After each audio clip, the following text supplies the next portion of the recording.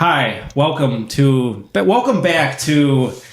I haven't done one of these in a while. Saturday morning nostalgia. And it's definitely Saturday morning right now as we as we talk. I am joined this time by my good friend Andrew. Andrew, say hello. Hello. Glad to be here. Finally got a chance to do one of these, so I'm happy. And actually, I forgot to. Well, we're gonna play a game here. We're gonna play Super Punch Out, which this definitely is not, but this is like idle Kirby footage.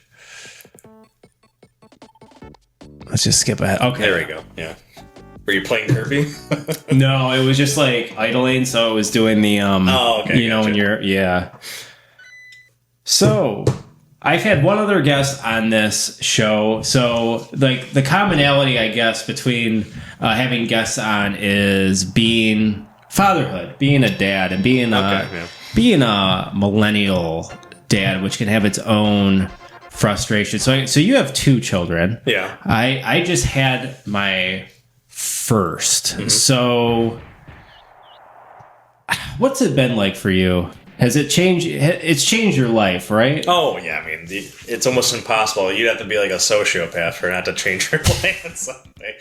I was really hoping I could still play, 12 hours of games a day and, still have time to doom scroll, but...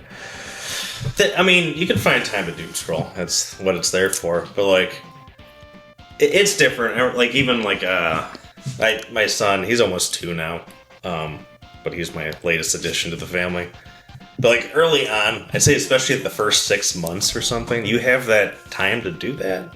I was kind of taking, like, where I was working, it was like lucky enough that they gave us like 3 months off, which was pretty cool. But so I ended up taking like the night shift with him. So I'd be just kind of like, between my wife and my in-laws and all that, like we'd kind of take little shifts with them because, they gotta get fed like every 20 fucking minutes. Yeah. I was able to do some of that stuff, like play games or watch movies. I found myself watching movies and TV series more than anything because you just don't have the energy to do anything else.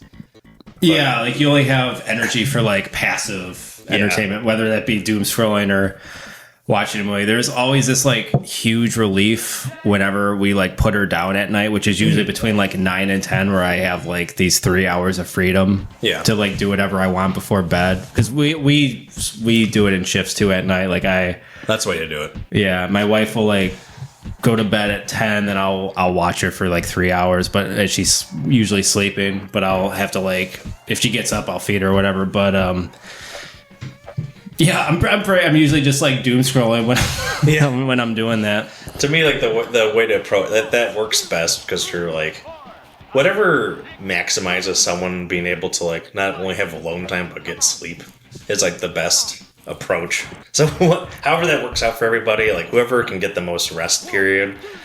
You don't want to be the one that's like waking up every 3 hours in the middle of the night. So it's like if you have someone like I'm just kind of a night owl anyway, just like to be there till like 5 o'clock. Like, I'm like happy to take that shift. At least when I'm not working. When you're working, it's a different story. But once you get to 6 months, they start kind of sleeping through the night, depending on your kid.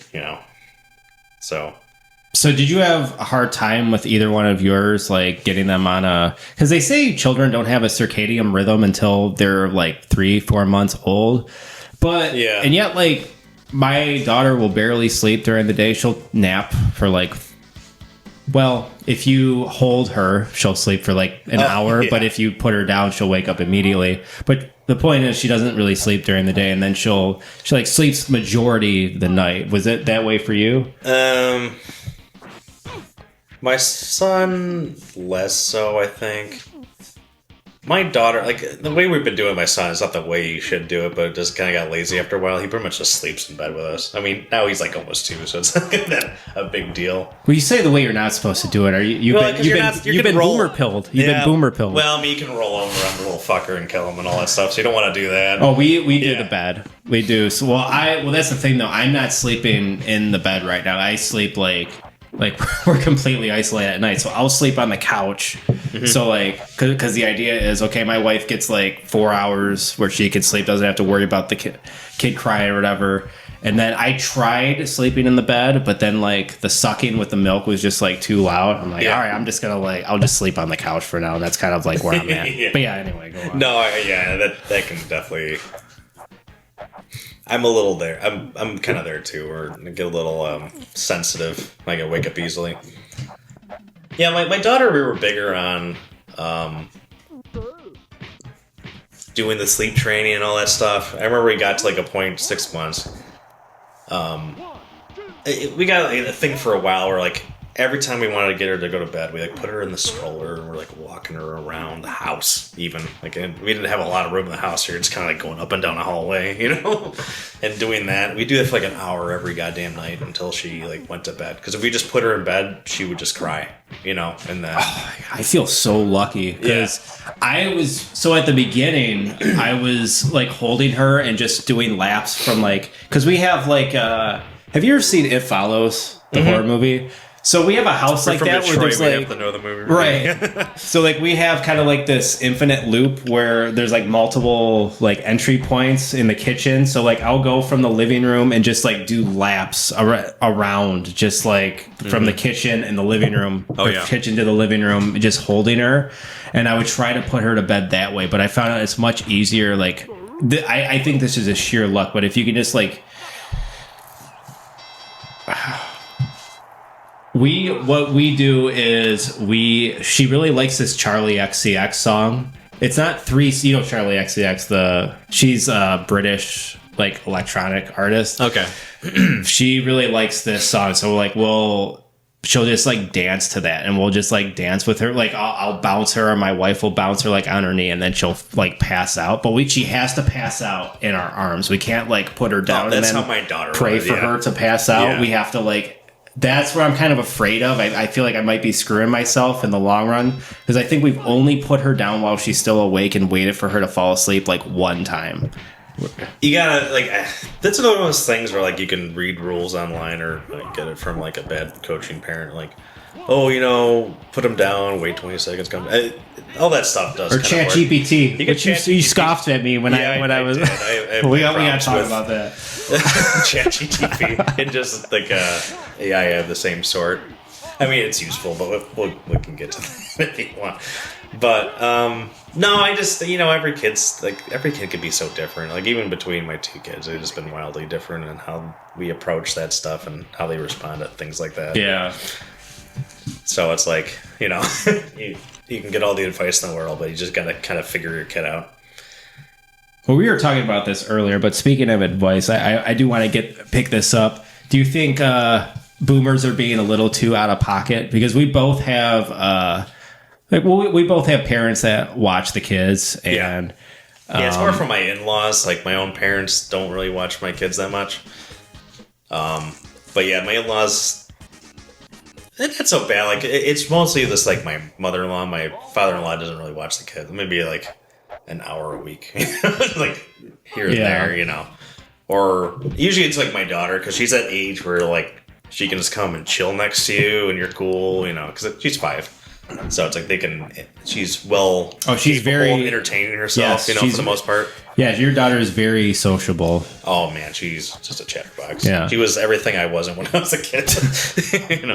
I didn't want to talk to anybody, and she's just like social butterfly. Yeah, I really hope mine doesn't inherit my introverted mental illness. I think the only thing we can do, especially as millennials, is like help the trauma not carry another generation, whatever minor or major traumas you get. Yeah. I get so triggered whenever I get like a piece of advice or you need to do this, you need to do this, or why is she... The one I get a lot... Yeah, it sends me up a fucking wall. Yeah, it's not even from like our parents, but like we went to a party a couple weeks ago and there were like multiple people that remarked that she was like too small, insinuating that like we weren't feeding her enough. Oh, yeah. You just get like these little like pithy comments that just kind of add up, and then you'd be like, all right, should I just like take this, or should I say something back? I don't know. You almost gotta like pick your battles with it. I mean,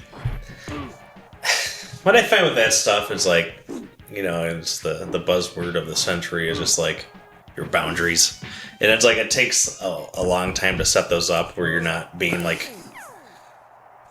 unreasonable in a way. It's like you got to give people a little bit of a chance, but you do have to like set some boundaries. Like, you know what? I don't care for your opinion. Like, if I want it, I'll ask you for it. I want to say that it's hard. It's hard. I want to say that so bad. Yeah. I want to say that so bad. But exactly what you just said.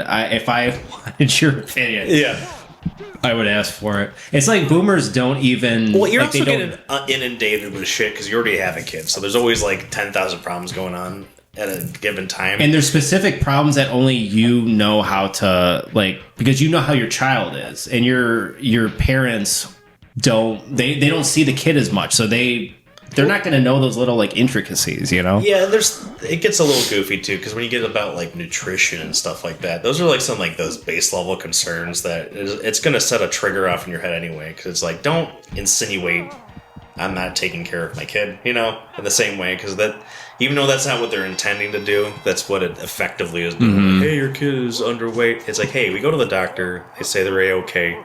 Hey, they're in the 30th percentile, whatever it is. Like, hey, you know, it's just what it's going to be right now. It's like, yeah, we're not going to garrote her and like treat her like a goose and like just pump her full of olive oil and hope she gains 30 pounds a minute or whatever. It's also like the perception shifted. Like millennial dads definitely seem to be more involved in their kids' lives than sure. like the boomer dads. And with what I would call child rearing, because like my dad was really involved in my life, but it was like, I don't know if it was gender specific or something, but like he would make me meals and stuff like that occasionally. I mean, they're always like god awful. He was like a fan of like the panini press, so whatever he could put in a panini. I think a good panini. Yeah, he put like a whole Thanksgiving dinner in a panini. But like, so I mean, he did that kind of stuff. It was never, you know. But you know, there was definitely like a gender divide a little bit, and that was bigger with boomers. So I kind of forget where I was going with that point, but like, I mean, I know that millennials have like a varied experience with how some of their parents raised her, but like, I think millennials are getting more into co-parenting on all levels. I'll say that, you know, not just, hey, I'm going to do the dad stuff like going to football games. Like, I'm also going to be like helping them out with their homework, or hey, they have like an emotional moment. I got to sit down there and be like, hey, what's these big feelings, pal? You know? Yeah. Yeah, and just like I really like surprising people and being like if we're out somewhere with family or whatever. I've gotten this a couple times where somebody will be like, wow, she really likes her dad, or wow, it's just almost like the perception has changed where like people are like genuinely surprised now that like the father would actually be like holding their child during because I just have this picture of like the inept like boomer dad who like is completely clueless and is just walking alongside his wife and the kid like not doing anything. Well, okay, you kind of unlocked a thought there, because like now I'm thinking about like, okay, like especially early on, and especially like boomer parents, like the men weren't generally changing diapers or like even, like feeding the kid. This is what I'm talking like the Matt Walsh like as a thing of pride of like not changing a diaper. Yeah, which we don't have to get political, but yeah. Oh, we can. I don't care. It's just like that's an abhorrent opinion. It's like I'm just gonna like ignore my like kid that's a source of pride to like not change a diaper. Yeah, you get this like very toxic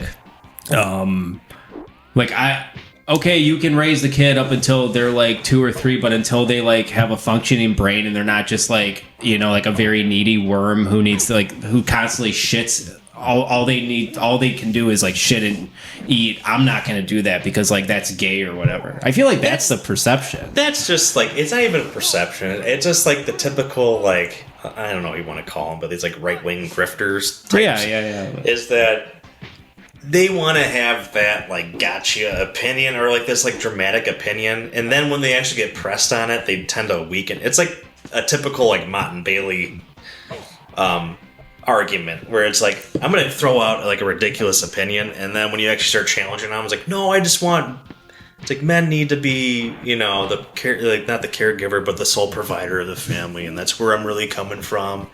And then later, like, I guess I don't have a But you don't think with some of these like right wing, maybe with the grifters, but I don't know. I feel like there's this right wing belief for like changing a diaper is like feminine.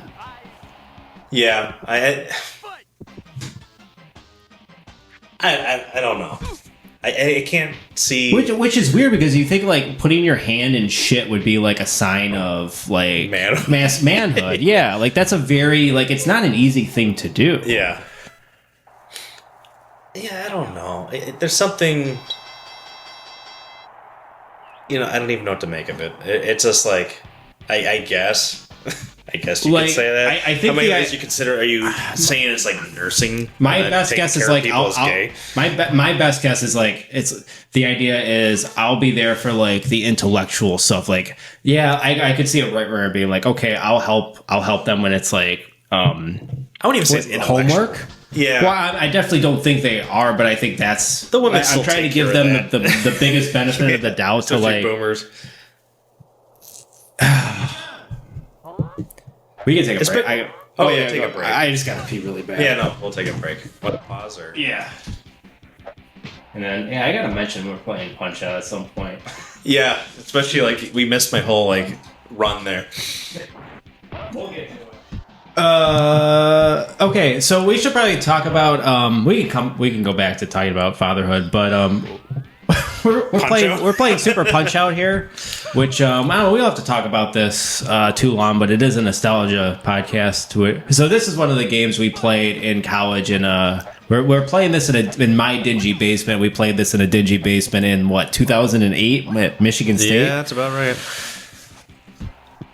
That's the last time I think I played it regularly, and I think I may have played it once since then. I was actually kind of surprised watching this. Well, your muscle memory is still there.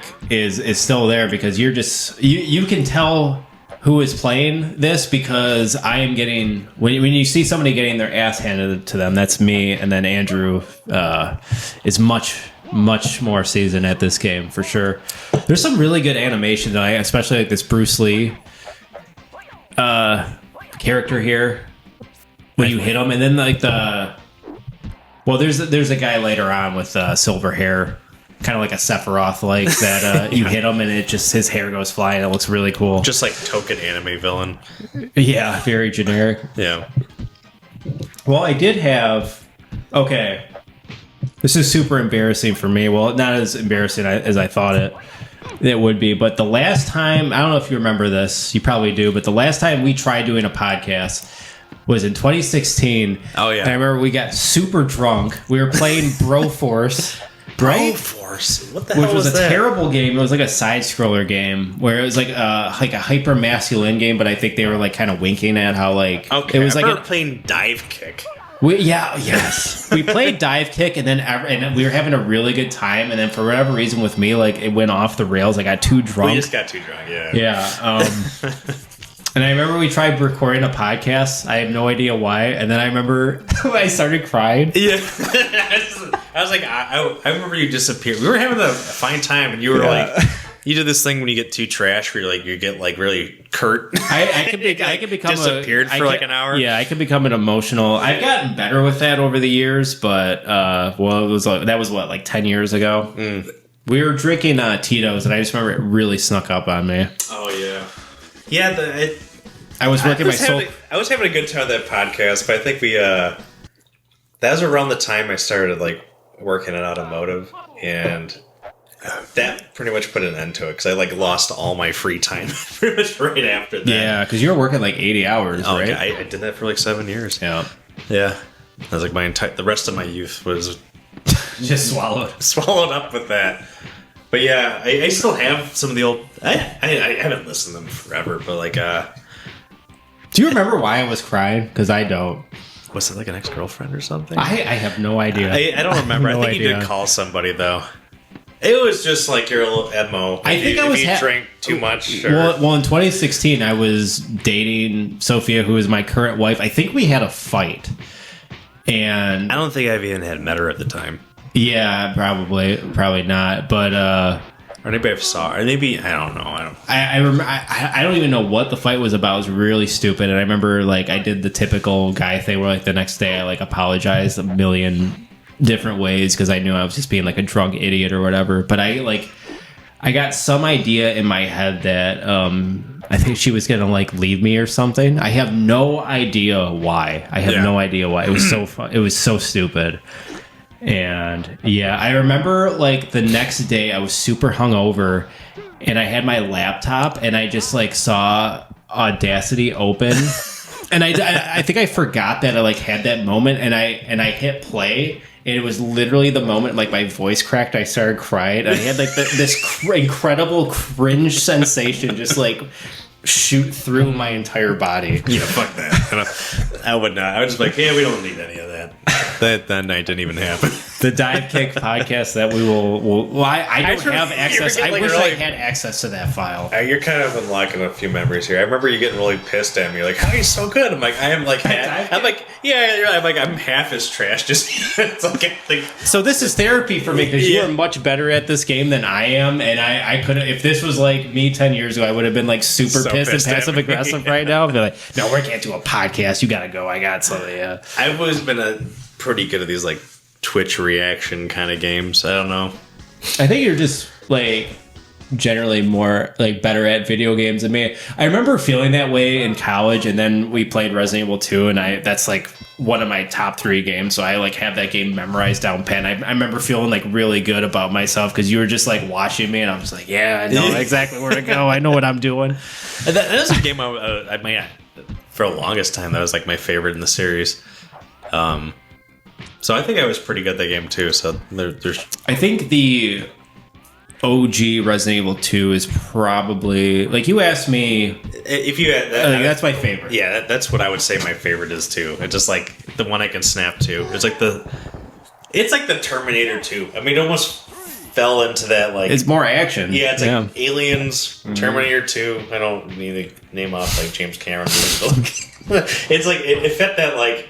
Okay, there was like the horror element of the first game, which was much better off, but like all the other shit was cut out, and it was just like just better in most ways, you know. It wasn't like maybe as scary as the first game, but yeah, it got made up with like how fluid the gameplay was. Because some of those early games, especially like Resident Evil 1, or even you go back to like Alone in the Dark, which was like the OG tank control. I never played Alone in the Dark. I don't think I ever got that far in it. It just like it shows its age too much. Even at the time when we were playing it, you're like, man, this game plays like shit. Like that wasn't beyond us even at the time. What about remake though?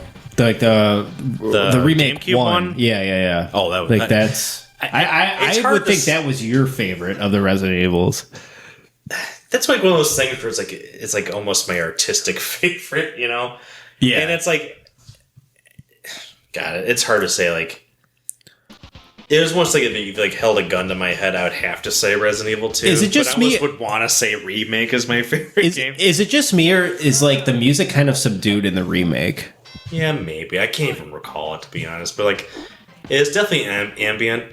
I played it a couple years ago. It doesn't have the like. That's kind of a curse of modern gaming to begin with, where like a lot of the music is like way too ethereal, and it's become like window dressing. Yeah, that's how I bring up Final Fantasy because I always bring that up when we're talking about games. Like I always think of that. It's like almost like a line in the sand after like Final Fantasy X, where like all the music still wonderful, like, and they actually have composers that went through music school and stuff like that, but like. They're too busy making, like I mentioned, that window dressing kind of music where it's like, it doesn't stand out there. There's no punchy melodies that like make you memorize it. It's like, it's effective. It works. They know exactly what they're doing, but maybe the people asking for what they're doing is not. Yeah, I don't like Final Fantasy 13 all that much, but that like main battle theme goes really hard. It's very epic. Mm-hmm. Yeah, I think they just last.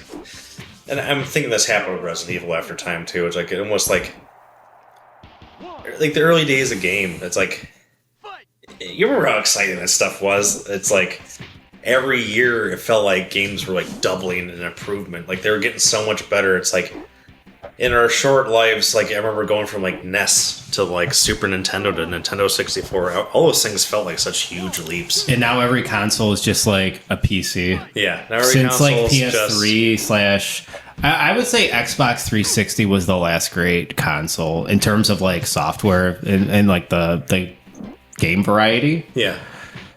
And then like PS4 and PS5 and the new like Xbox Series just seems like it's like we're in the iPhone era with consoles, which is very depressing. It's like what happened to cars in the 70s. It's like we've reached the cost-cutting stage of our existence. It's like now we're trying to find, what, chip is cheaper and all that other stuff. It's not even... I mean, like, you compare like an Xbox Series X to like Xbox whatever... it's obviously going to be better. You got smaller load times and all that other stuff, but it's like it's hard because you're not almost arguing about like hardcore power between the consoles. It's almost just like the perception, and it's like that curve is definitely kind of flattened out over time. It's like you almost have the opinion that it's like this exponential rise in quality and amazement. Well, the perception. Well, they're banking on, and I mean Sony, that they're going to have enough Luddites. Luddites, how do you say it? Like that's me, how I say, yeah. Luddite, yeah. Like me, who are like too lazy to figure out how like to build a PC or get somebody they know to like help them build a PC. So they're just gonna they're banking on that market to like keep buying the next iteration. But like the new PlayStation 5 Pro right now is like super expensive. It's ridiculous. Oh yeah, I mean, I'm kind of the opinion too now, where it's like the quality of games is not even about that anymore. Like you could almost get away with that back then. Like I'm just gonna. It's almost like Sonic back in the day. It was like. Were those games even really that good, or was it just like they came out here and they're really punchy music, really punchy gameplay? The best thing about Sonic is the music, for sure. Definitely the music.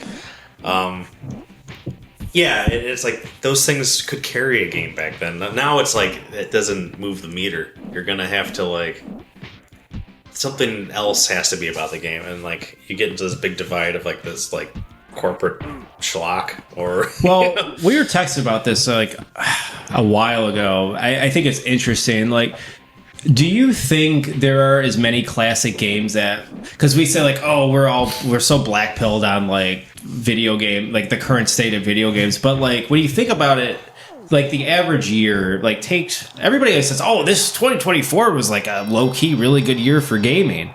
Do you think like there's a lot more video games being made now and a lot of like direct, but do you think like in 1994 versus like 1994 is a really good year, maybe a bad example, but like 30 years ago, a year that had like a bunch of like great classic games, like were there as many good games then as there are like in like a 2024 or a 2025 has been a pretty like barren year, but you get what I'm saying, where like do you think there's still as many classic games coming out now versus like 20 years ago?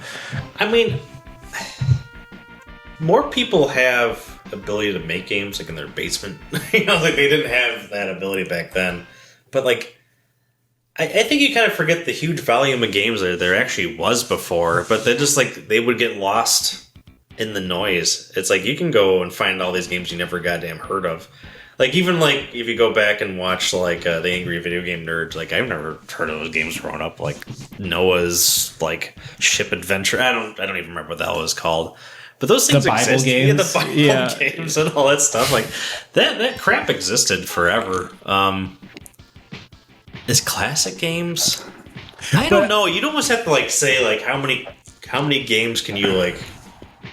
It gets harder as you get older, like because you don't have as many tentpoles. They're like further apart than they used to be. Yeah. You know. Now that I said that out loud, I'm thinking like in 2024, like was it a low key good year for games? You had Rebirth, which I played that game. You were really high in it initially, but then you soured on it. Yeah, and I was sour on it. Like, God, I was immediately soured on it. To me, there were still enough good moments in it that I didn't totally sour on it. And I guess when the third comes out, I'll replay that and. Maybe I'll have a final opinion about it. Which is you've replayed Rebirth, right? I put about 100 some hours into it. Nothing crazy. But like, I mean, that game was already like it takes like 50 hours to beat or 60 hours to beat the first time, and then the second time's pretty quicker. It was soured on me enough where I actually started looking back on Remake, which I remember thinking. I enjoyed Remake. I did not enjoy Rebirth the same way I enjoyed Remake, and I'm not entirely sure like what the difference was. Did they just make Rebirth like too Assassin's Creed open checklisty? I don't. No, I don't. I mean, to me, it's just all like the storytelling is just. There's clear. No like I remember Sephiroth seemed very threatening in the original game, and maybe it had. I was a kid when I played 97 Final Fantasy, but the original recently, and it's like it's still way better. It's way better introduced. The only thing, the criticism I'll have from like especially like the 7 through 9 Final Fantasies is that they do not earn their endings at all. So it's like a lot of times we'll bring in. I mean, all the games are kind of like it's almost like a characteristic of Final Fantasy games. There's like they don't like really introduce the final boss. It's like I just played Final Fantasy 4 recently because it's like kind of on my mind. It's like they have Gold Bez.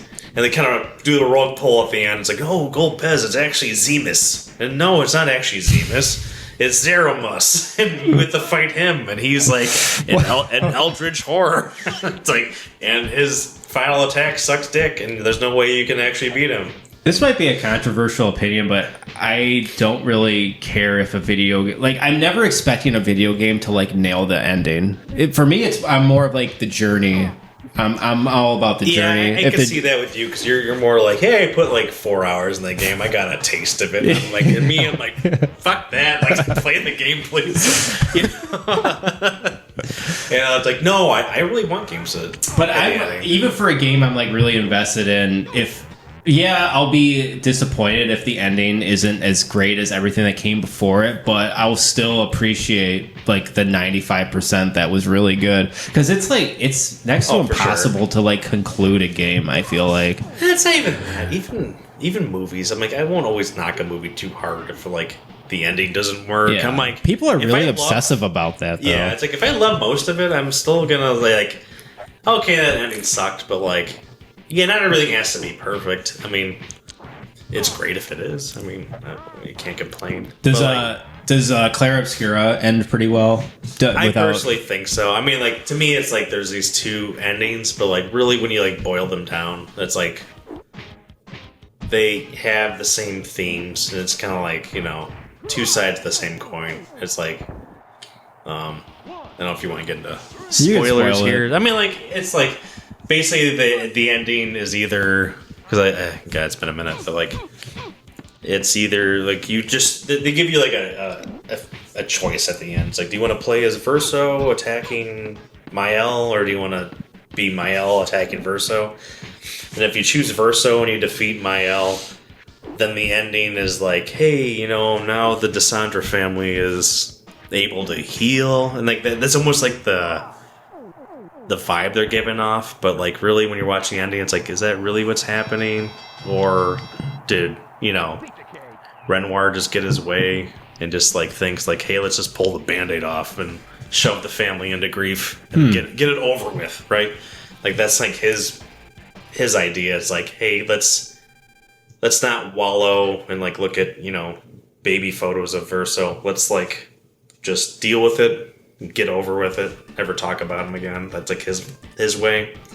So to me, it's like almost like, are you going with like, you know, Renoir's vision of the future? Are you going with I forget his wife's name, but if you're going like her version of the future, Aileen or something, Aileen, is her name. And if you go her ending, it seems like I can see why people like that version because like you're keeping all the people of Lumiere alive. In a sense, but they're now like kind of in a trap existence where they're just like almost like Toy Story characters for the main character, or like they're just like living out the version of life that she wants. This kind of feels similar to Final Fantasy X. That game is so similar to Final Fantasy X. It's like, I mean, to me, it's like the most like Final Fantasy VIII, but there's so much 10 in it. They're definitely... I never really got into the history of the games. But there's definitely a lot of Final Fantasy 8 and 10 in there.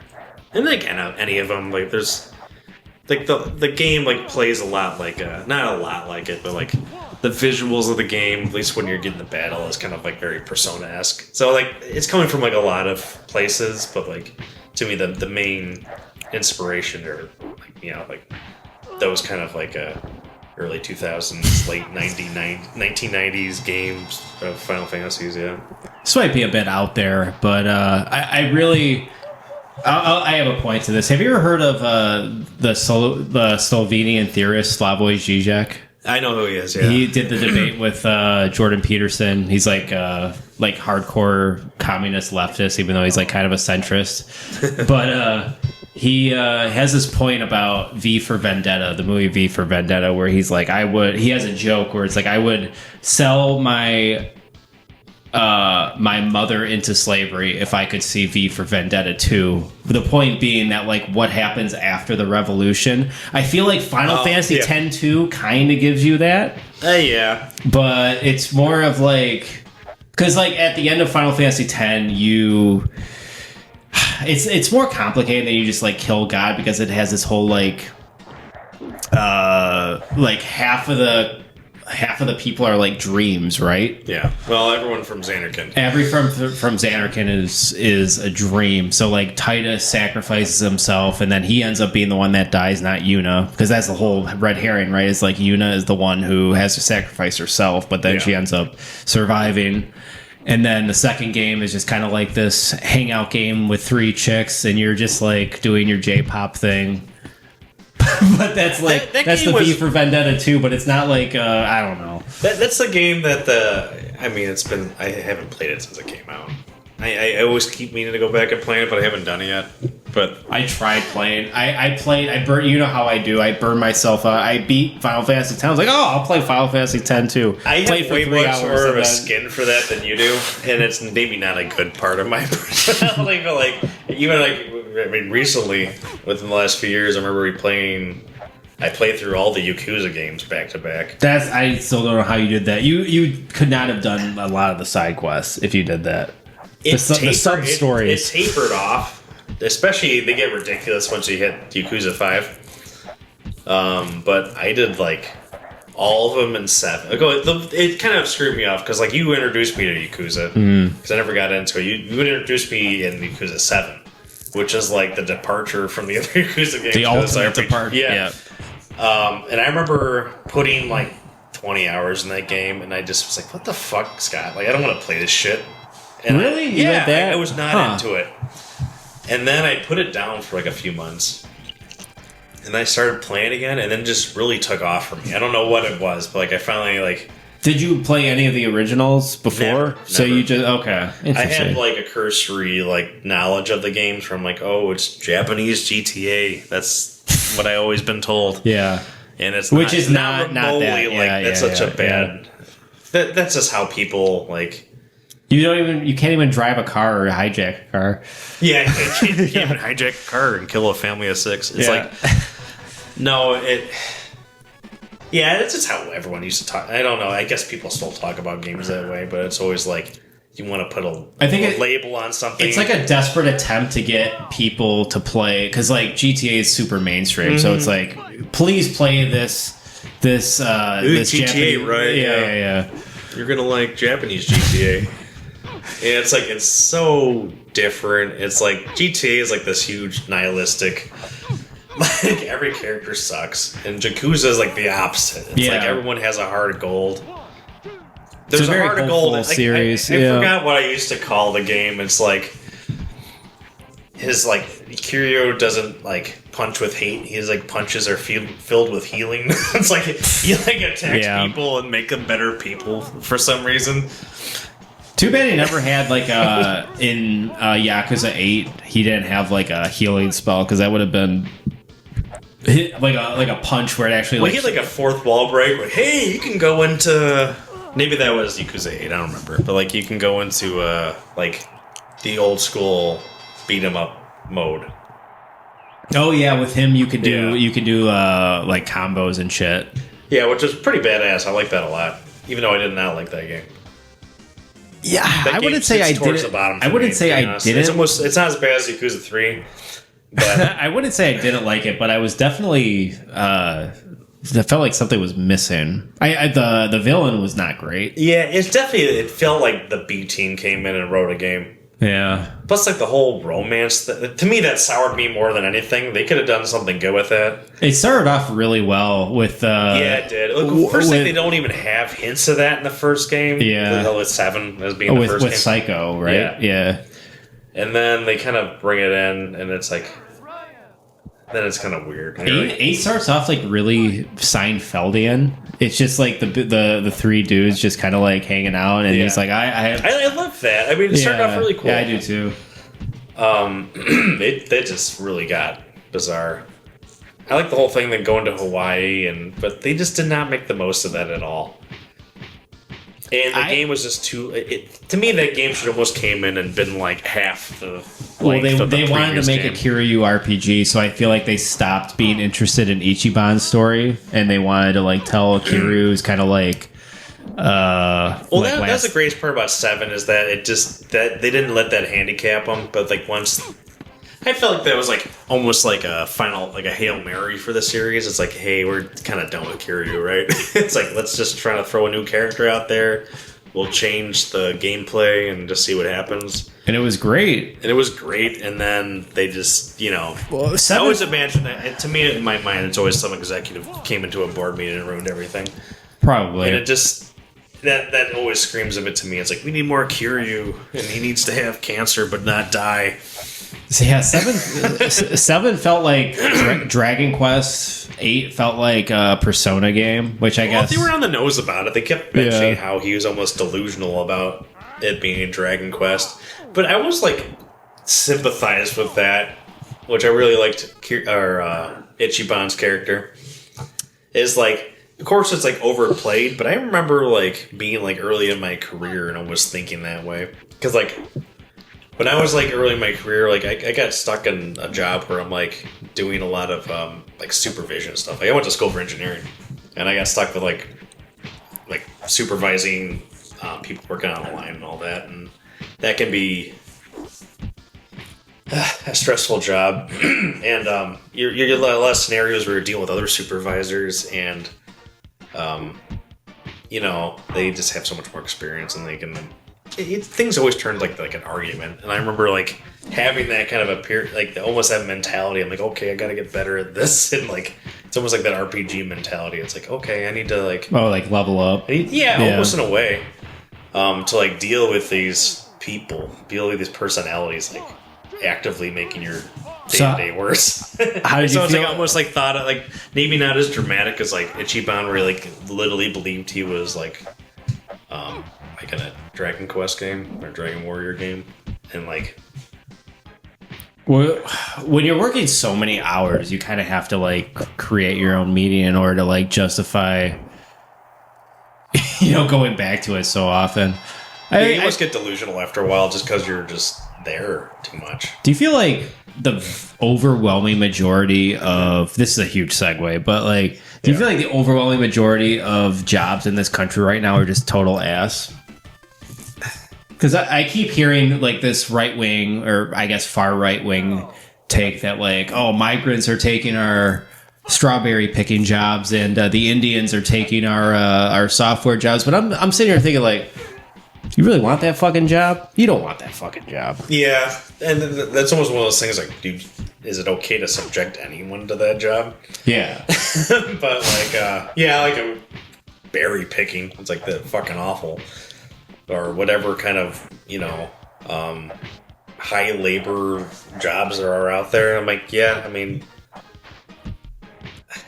don't know. I feel like there's definitely jobs out there. There's less of them. Like, I'd say even like 20, like that's always kind of thing with like boomer jobs too. It's like I remember them spending a lot of time at work, but like they're also like, it was before the age of, and especially like, now I see it in work. It's like it's before the age of all these like tracking softwares, and not like, hey, you're clicking so many clicks. It's more like, hey, you have a problem, and this might make more sense for people. Like, I'm an engineer, but like, there's more people who have like IT. Maybe this will click with them a little more. It's like you have a ticket. You know, there's a problem in the system, and it's like you're almost judged on how long it takes you to solve it. It doesn't matter the complexity of whatever you're trying to fix. There's like a line in the sand where it's like, hey, this was identified on July 1st. You know, we're gonna judge you if you don't close it out in 30 days or something like that. And like, that's something boomers didn't have to deal with, and it's something you do now. And it's like, and you know, your boss at the end of the year can say like, hey, you know, you on average trended 10 years late on your issue, you know. So there's like all these so you're saying boomers weren't like constantly evaluated and like being watched, and it was much more like, I mean, whether it's better or worse, I mean, it's up for interpretation. Obviously, I haven't put a lot of thought into this, but like, I think maybe the way they got judged was more like out of pocket. It's just like whatever their boss felt like at the time. So it may felt more unfair. But this is just as unfair. It's also like the problem with nowadays, it gives you the feeling that, you know, you have to always be on, or, you know, have to always be available, because like every little bad data point is going to fuck you up and make you be a target. You know, I'd say that's more the perception now. It's like maybe they didn't have that before. Maybe before it was more like, hey, as long as I'm generally cool with my boss and my boss's boss knows who I am, and it's like, yeah, that guy does good work, and then you're just gravy. You know, so maybe it's more nebulous. It's definitely more nebulous and precarious, and I feel like the feeling now is you always can improve at your job, which I'm like, I hate that shit. I would say like what happens now too is like, I'll just put in my own experience, like especially like an engineering role. Please, it's like the amount of knowledge you have to have, like starting one up. I mean, it's different now because we have all these tools now. You know, you got FEA and all these things that can do what, you know, months and months of waiting used to do for you. But like, wait, what's FEA? It's just basically it's like computer aided engineering. So it's AI. Not like it's more like it's finite element analysis. So it's like you know, if you want to have two parts touch each other or something, it'll give you like an output or something like that. So It's like, hey, you can even do like crash testing or something in there and give you like an answer, quote unquote, like virtual analysis, like we would call it nowadays. Just computer data engineering. So like they didn't have that back in the day. So like basically, if you wanted to see how something worked, you had to build it and break it. See at what point it broke. So if you want to like, hey, you know, like the arm, the A-pillar we call it, like when you get out of a car, you grab the handle. If you wanted to make sure, hey, I'm sure like I can get out of the car now and break that thing off. The old way of doing it is like, well, just build it and pull on it and see how much force it takes to pull it off. And now you can like throw it through computer design thing. Like, hey, it's going to take, you know, 20 kilonewtons of force to pull that off of the A-pillar, you know. Anyway. So do you think that's like a net positive for efficiency? Oh, for sure. I would say like, I'm not so. Anyway, I won't go too much. That's like a point. But I'm just saying, like, back in the day, and I was just using that as an example, but like when you get into a job now, it's like you really have to hit the ground running. Like back then, especially boomerdom and all that, you could float around. No one really knows, especially when you're new out of college. You didn't really need to do anything. It's like people just know that you're just mirroring people and trying to learn. It's like now it's like a obsession to have you tied to like a lane. So whether my job would be like, here's a part, you own this part, you wholly own that part. If anything ever happens bad with that part, it's on you. You know, you own the whole thing. It was a little more nebulous before, whether, you know, how responsible you were for a problem or anything like that. It's like now it's like your name's in the system, you're tied to it. So there's like more accountability? There's more, there's way more of that. And it's like, there's more like I said, there's all these like tracking softwares and stuff now too, where there's just problems or other things. So it's like, before you'd be like, oh shit, I totally forgot. Better do that really quick. It's like now there's like, you know, you don't hear about problems until it's like, hey, so-and-so VP doesn't like that this is on his list of things that need to be finished. And you're like, I didn't even know that was a thing. Like, there's plenty of that. I don't want to go down a rabbit hole here, but like, I just feel like it's complicated, but it's like there's so much more. It does feel like it's worse in the sense that like there's more like. Yeah. I feel like companies are banking on people having low self-esteem, so be like, I'll do anything for the company to like keep my job. So like, I feel like there was less of that back in like the 70s, right? It was all more surface level. So like, if you asked a boomer this question and heard my response, like, oh no, fuck, it was way worse back then. But like, it's way worse because they would just be abusive, like openly. So like you know, they'd be more like, and I've had bosses like that, even, you know, being a millennial. Like, I had bosses that would openly call you out in a meeting for doing something wrong, and you're like, why? You know, and there's less of that nowadays, but you know, it still happens. But I'd say boomers dealt with a lot more of that kind of shit, where it's just like, if someone wants to make a point, they're gonna fucking rake you over the coals in front of a bunch of people right now. But there's become like more insidious ways to make people feel like shit about themselves. And there's just more insidious ways to like rank you or you know, get rid of you in some way or just make you afraid.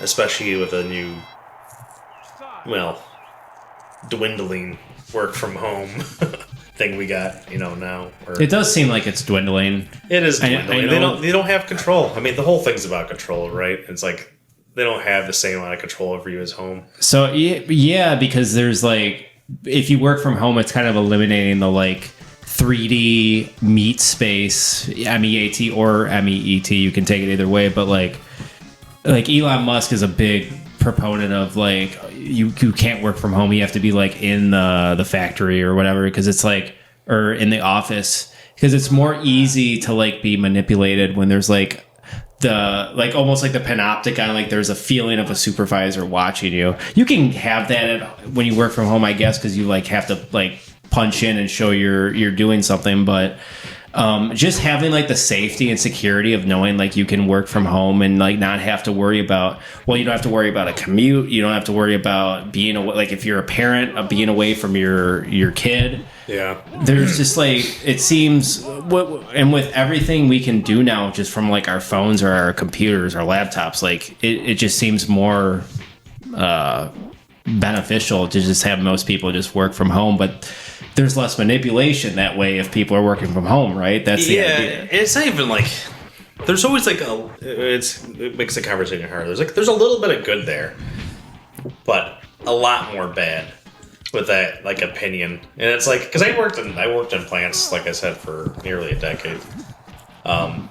So like I get that opinion that, especially some people off in an office somewhere. So it's like I work in automotive. So it's like there's such a divide between people who work at like a corporate office and then people who work in the plants actually making the thing. And you're seeing what goes into it. Yeah. So it's like I get part of what he's saying about like, you know, it's like you get into this weird argument where it's like you're like, well, these people in the plant, they have to come in every day. You know, it's I guess my main point is like, I'm a pro UBI guy, so my whole thing is like, why like this repetitive factory work that can be done by like machines, why are we still having humans do it? Like, what do you think of that? Yeah, that's another conversation, because, you know, do we want manufacturing jobs? I mean, I know the push now is to automate everything. It's what everybody wants, but like really, it's like that does get away with these relatively high paying. I'll say relatively, because maybe not so much as they used to be, but like these are good jobs. Like, I mean, especially like you come out of high school, you maybe don't even have factory jobs. You're saying, it's like maybe, I mean, good relatively. Like, it's better than working at McDonald's. I'll say that, at least in terms of what you're making. Like I said, maybe not as good as they were, 20 years ago, where like you could put your kid through college. Can't do that. That's crazy though. Yeah, that you can't have one full-time job, back-breaking factory labor work, and you can't put your kid through college with that. To me, that's absurd. Yeah, that's absurd. But like, I'm kind of using a historical perspective on this, just because I don't know maybe everyone's situation now. Since everyone's like situations, like basically two people have to work to even save for retirement. Like no one's. I don't know what percentage of millennials are putting their kids through college, but it's probably low. Well, I don't know. Maybe I'm too black-pilled on like how crazy the world seems to be changing. But like my father-in-law, he's already started a college fund for my daughter. That's nice. Yeah. It's very nice, but then there's like the black pill part of me that's like, are there even going to be colleges in 20 years? Like, what the fuck's going to happen? Like, this shit's crazy. I mean, I don't even know where to go with that stuff. Yeah. Like, maybe it's big enough where you can just move abroad at some point. Yeah, just take the money and just take the money and run. I don't even know. It does feel like I don't. There's like two minds of this. It's like.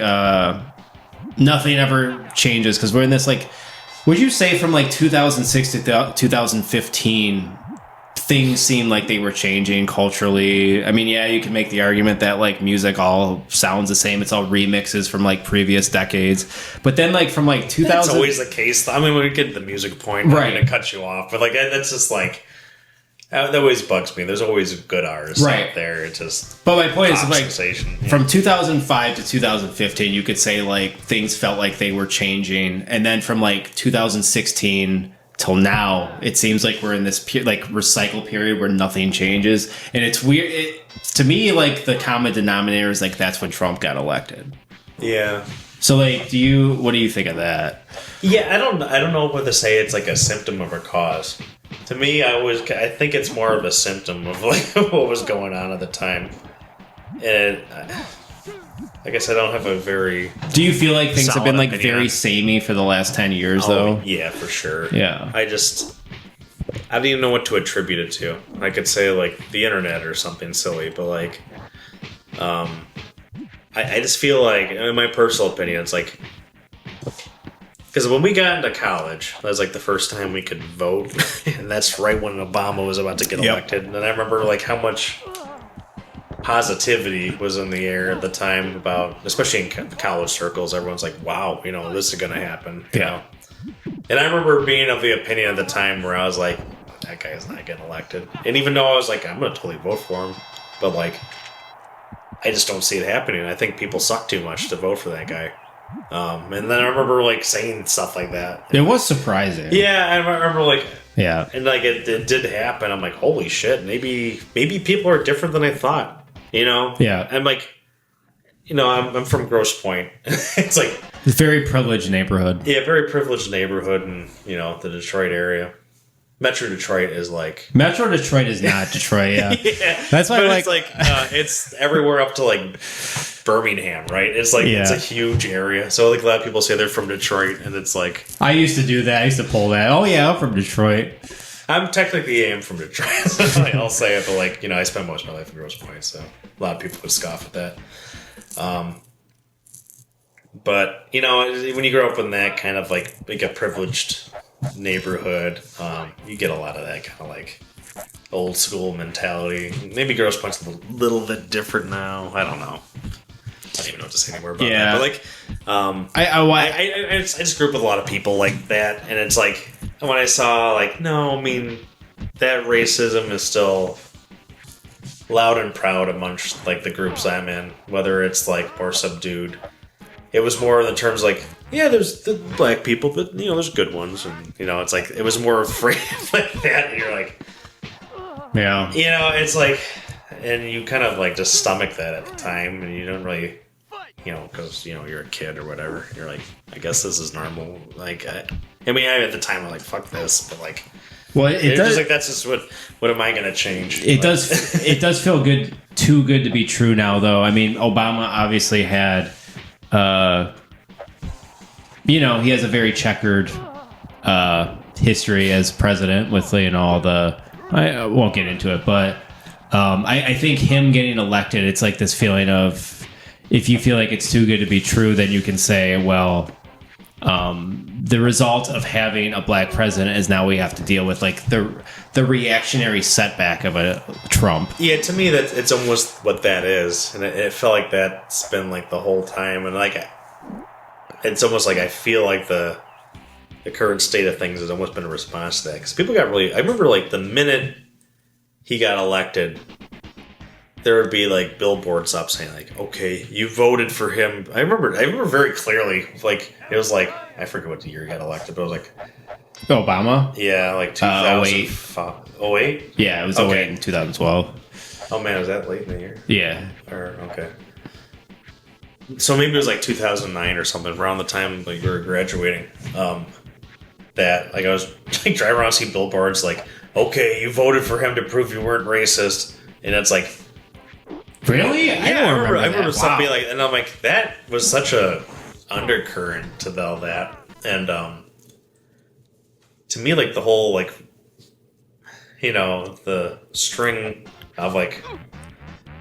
Maybe a shift in right wing is really involved with people's response to that. Because, like, to me, it's like, especially at the time, there was like Fox News and all that were drumming up right wingers, but there wasn't a lot of like, there's so many right wingers at the time, especially when Obama was first getting elected, that there's like, yeah, I'm just dejected in politics. Well, I think that's what Trump did. Now, he got the people who were dejected back in there. I think Obama getting elected woke them up. We're like, hey, no, fuck, we didn't vote. We got to start taking this shit seriously. The country's going down the drains because of black guy. You got a Kenyan got elected president or whatever they were saying. Whatever kind of a not an American obnoxious horse shit they were saying at the time. All right, I gotta pee one more time. Yeah. Yeah.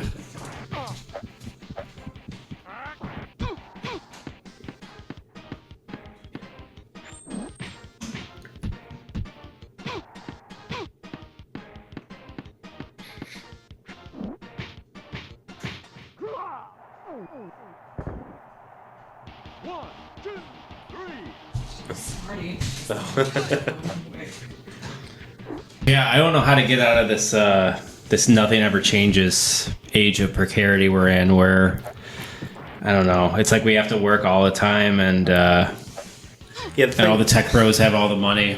Yeah, I got like almost like I felt like that way, and then like when COVID started happening, and I'm like, maybe something's changing here, like especially like. It was always like because I remember us growing up with movies where like the main villain is like the overworked father. It's like you like a Hook or something where like there was an ungodly amount of movies where like one of the final scenes is like the father chucking his cell phone into the water. I'm like, I'm done with that life. I'm gonna raise my kids now. There's like that idea of like. Working too much and like whatever. Yeah, like stop. You stop being a careerist and you become more of a father. Yeah. Or like you gotta focus more on your kids or something like that. Whatever the thing is. But to me, like back then, it was like a choice. Now it's like you have to, like, to just be a normal person. I don't know. You have to what? Be a better father? No, you have to. You have to like work. You have to work your fucking ass off. Yeah. You gotta work. You gotta be, especially now. It's like when it wasn't back then. It's like it used to be like maybe you worked hard at your work, and they had. I remember like my dad saying stuff like they had bosses like you better be on your fucking seat at 7:00 in the morning. Asses on seat at 7:00 or whatever the phrase he used to tell me.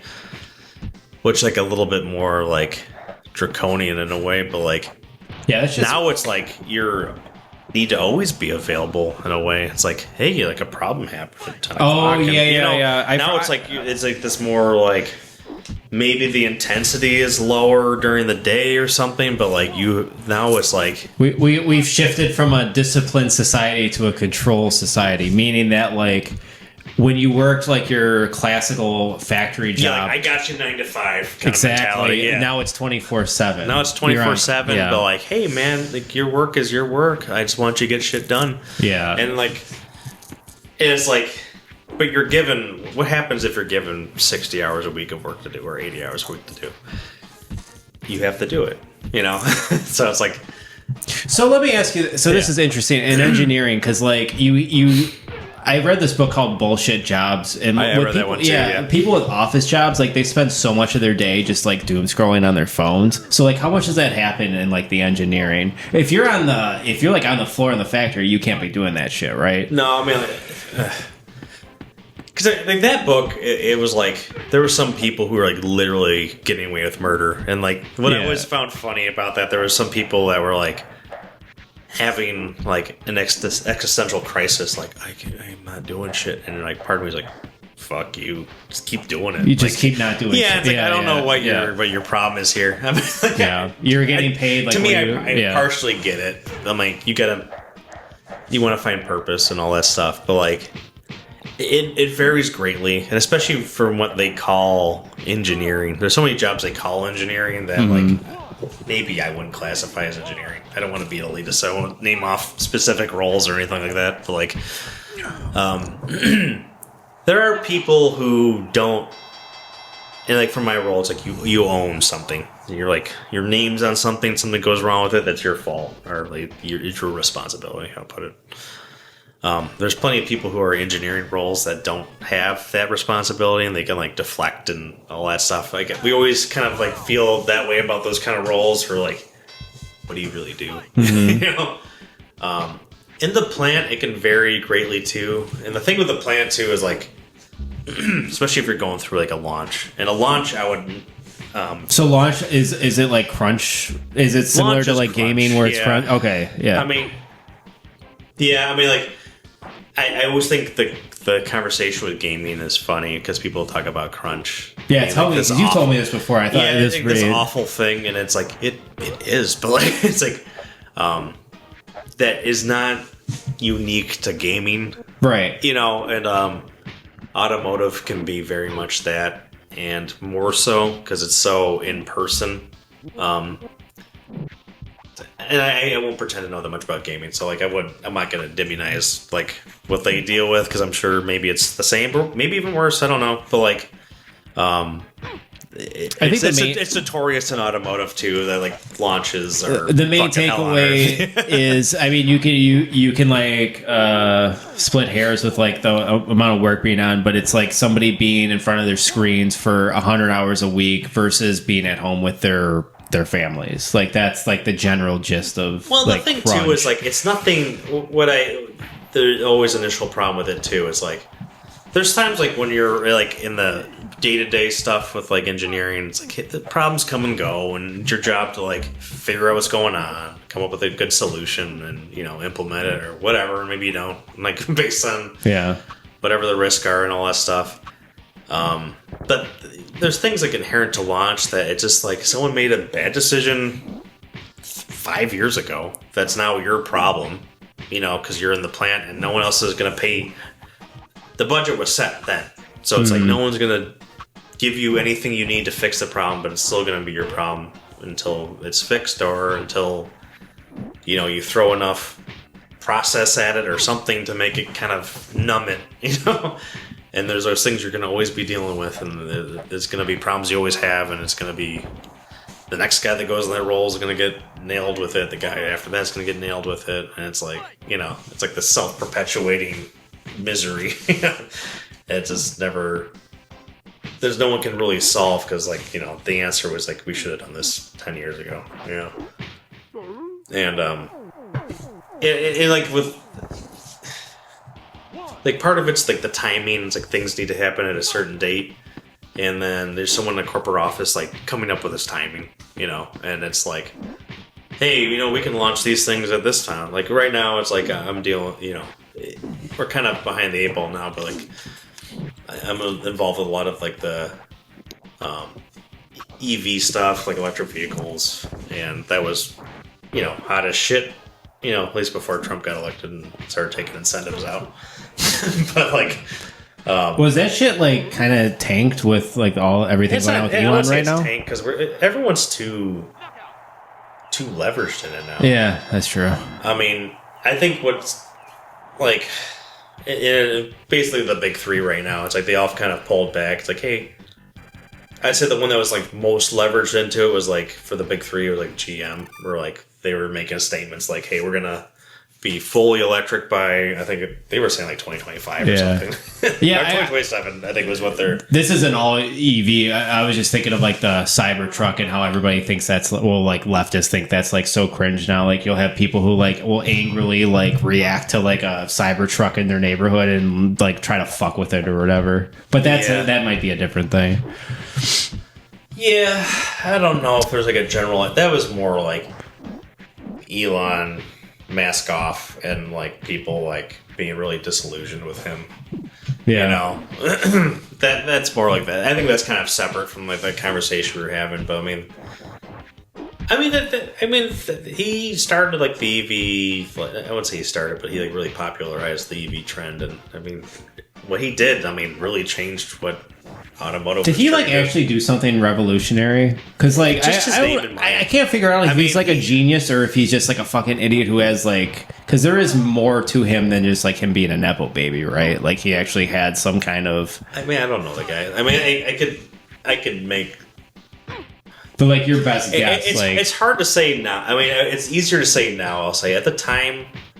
I never personally thought he was a genius or anything because there's nothing revolutionary he ever said, or nothing even like soundly technical I've ever heard come out of his mouth, like from an engineering standpoint.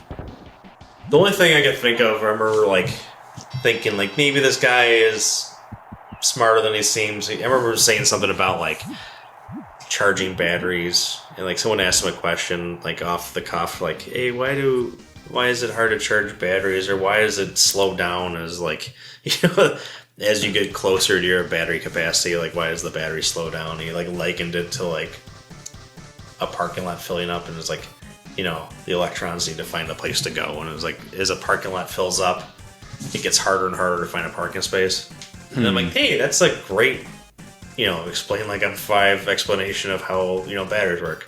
I work in batteries, so like it's kind of like something I'm like, okay, maybe, you know, he has an idea of... I mean, like, that's just a simplified example, but it shows that someone that was thinking about a thing, I mean, he could have heard that from somebody and pro it, you know. But, like, the transition from gas to electric doesn't happen without him, right? Or, I don't know if that's true, but, like, it definitely accelerated it. I always think it was always on the horizon. I mean, like... For GM, for example, it's like the Bolt has been around since like 2013 or something. It's something we always knew was going to happen eventually, or at least something that we knew we had to explore. Because think about like even like back in like Bush's term, it's like we have all these problems with the Middle East and like oil. Well, we always knew we kind of the war on terror was a war to like was an oil war to claim oil. Yeah, and like that was like a band-aid on the problem, and like the ultimate solution is like, hey, how about we just, you know, we have other forms of propulsion, basically. Yeah. That don't rely on, you know, dinosaur juice in the desert. God, that's so cringe, because like now here we are like what 20 years later, and like that's not even like what's gonna happen with like all the, well, I know Trump's like a big fossil fuel guy, so I don't know, maybe it does make a comeback or whatever, and it kills us to me, all it's quickly. Like, it's almost like this the ultimate like boomer. It's like the pro fossil fuel it's the people. Material thing. It's like, okay, I can hold crude oil in my hand. Right, it's tangible. It's tangible. Yeah. Like to them, like EV, it's not understanding. Like for the past 15 years, my dad keeps asking me what the cloud is. It's like when he puts something on a cloud, he's like, "What is the cloud?" And he thinks that there's to be fair, I don't floating in the sky that holds people's data. To be fair, I don't even know what the cloud really is. I mean, when I explained to him, I was like, "Okay, this is gonna be a totally reductive way to tell you what this is," but I'm like, you know what a flash drive is, right? It's like, yeah, it's like a floppy disk, but it's like in a USB form. I'm like, good, you got that. Yeah. Just imagine that was somewhere else. That's like in a desert in Arizona. I'm like, but how does it get over there? Through like internet. It's like, what the internet? I don't understand. Like, it's like you grew up in the age of radio. It's like same thing, you know. It's like radio waves. Yeah. You know, it's like we just have different radio, just radio waves that jiggle a fucking quartz crystal 200,000 miles away and tell something to upload your baby picture somewhere. It's like that's and exploit the Congo and all these other. Exploit the Congo. You gotta do that. There's like various forms of blood diamonds. But well, we didn't get to this today. We'll do this for the next episode, but this is going to be. This is probably going to be more hot button. But I have here science versus religion, so that should be.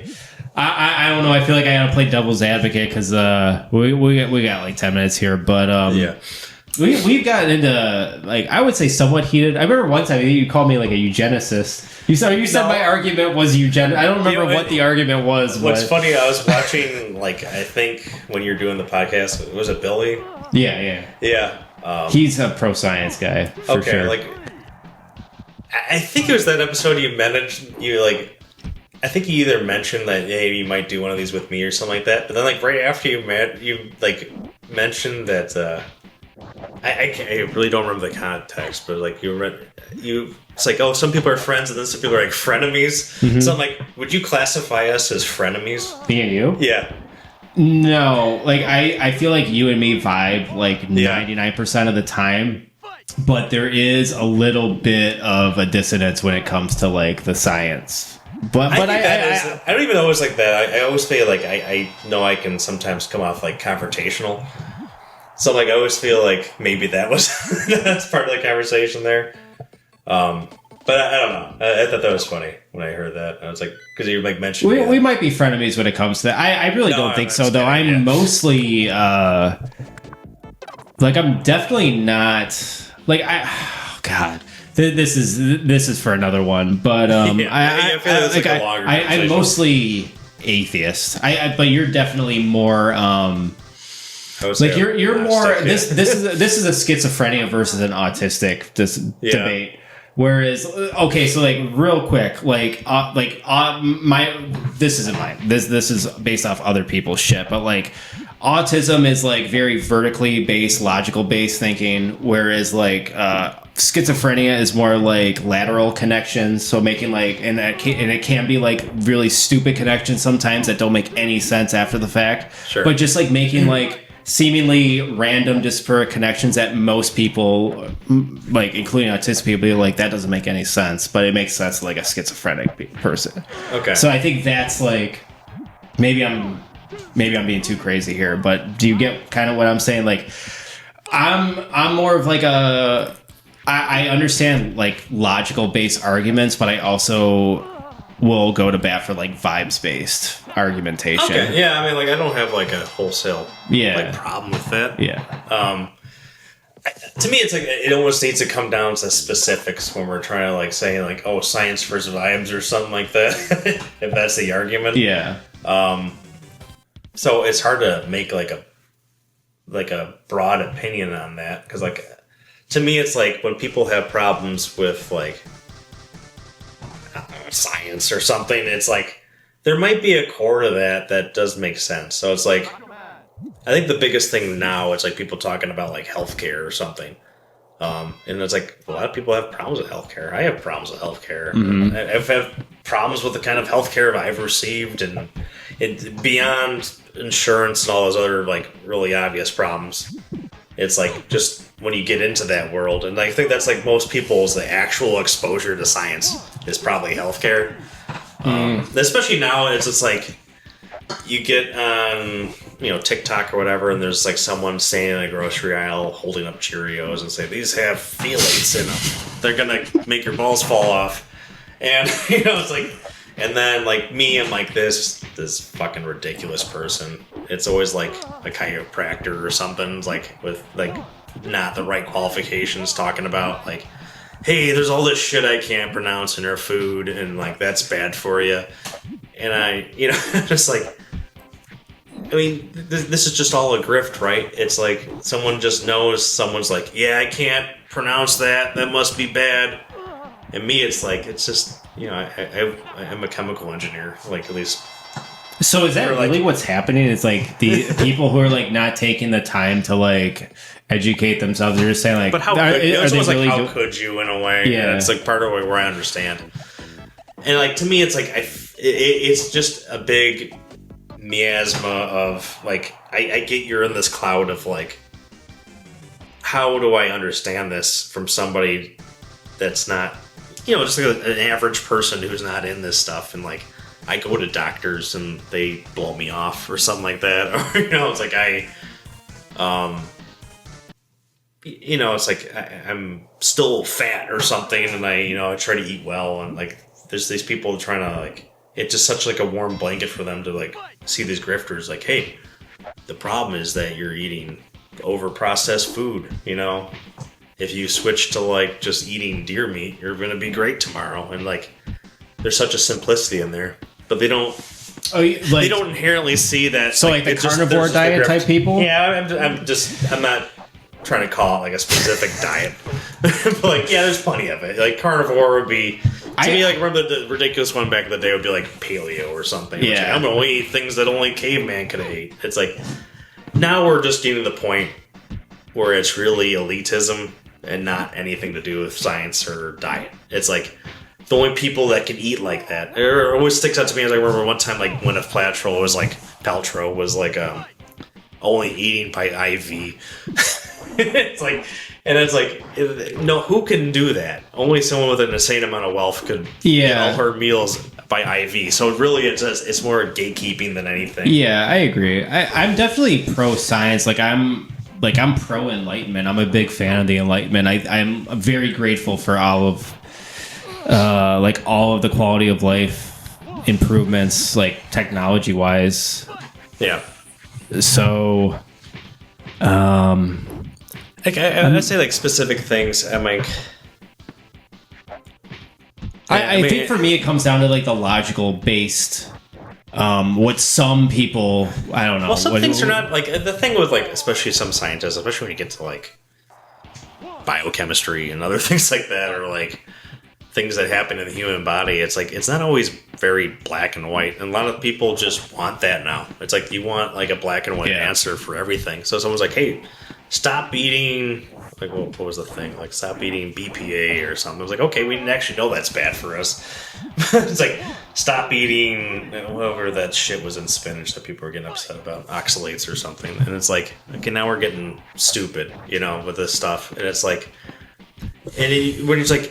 when I get with like the critical thinking that people are seemingly lacking, it's just like, it's like you're hearing all these things, you can't eat or something like that, and like the real thread through it is that this is bad, but then babumta, just buy my pill or just like buy my so food. There's a lot of that. It's so just openly just like, grifty. Yeah, and it's the easiest thing. I'm like, even without science and all that stuff, maybe the way you should be thinking about things is like, what's this person trying to sell me, or what's their goal?